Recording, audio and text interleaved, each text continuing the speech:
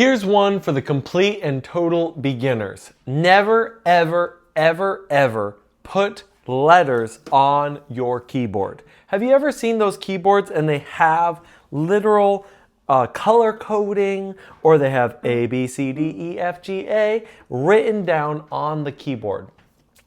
I'm just going to say, don't ever do that. Now, I'm going to back it up and give you some better ideas. I'm Robert Monroe. I've been playing piano for almost 30 years, and I just want to give you, first of all, why I abhor stickers on the piano.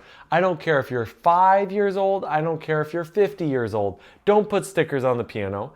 I'm going to explain why, and then I'm also going to explain some other ways that you can get these letters down in your head if you need help with them. So the first thing is, why is it bad to put letters on the piano? It's the same reason it's bad to write the letters into your music. All of them is what I mean.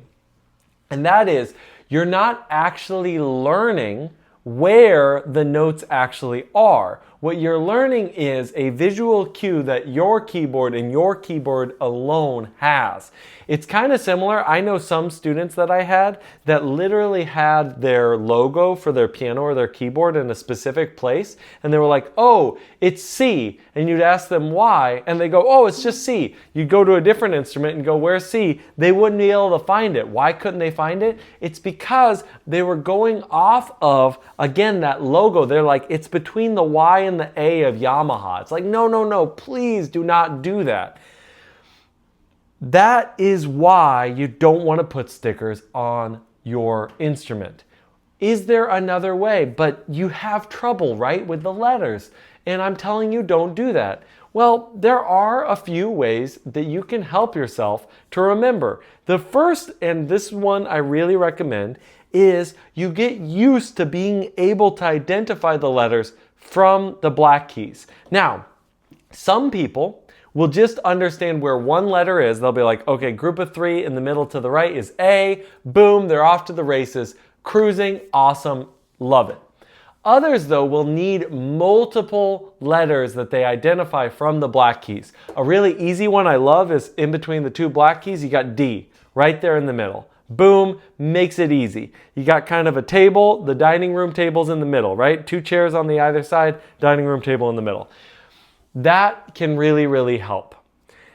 Once you know where those letters are, you just need to know your alphabet forwards and backwards. A, B, C, D, E, F, G, A, and then backwards, right? A, G, F, E, D, C, B, A. And then practice it skipping, practice identifying it all over. And then that will prevent you from having this paralysis that comes from only knowing your keyboard. That's the beauty of understanding the letters from the black keys. That is universal for every piano, every keyboard. You don't have to worry about letters on the keyboard. Now, I know I've been ranting about stickers. I know I even said don't write down every letter on the sheet music. But I will say this. If you really, really need assistance, you could make some mark or put some sticker on one key. And here's the reason why. Ultimately, what you're trying to do is develop a connection, an understanding of the relationship of how that alphabet finds its way on the keyboard. If finding A is really that challenging for you, you can just put a mark for a temporary time period on that note. But ultimately, 9 times out of 10, if you just commit, you're going to be so much better off just memorizing that. And this is kind of gets to something, and this is going to get to more of my intermediate crowd. So if you sticked around this long, even though you knew everything I was talking about, this will help you out as well. Memorization is one of those things that really helps make music so much more fluid. So until next time, enjoy this, learn, like, subscribe, comment. I'll see you next time.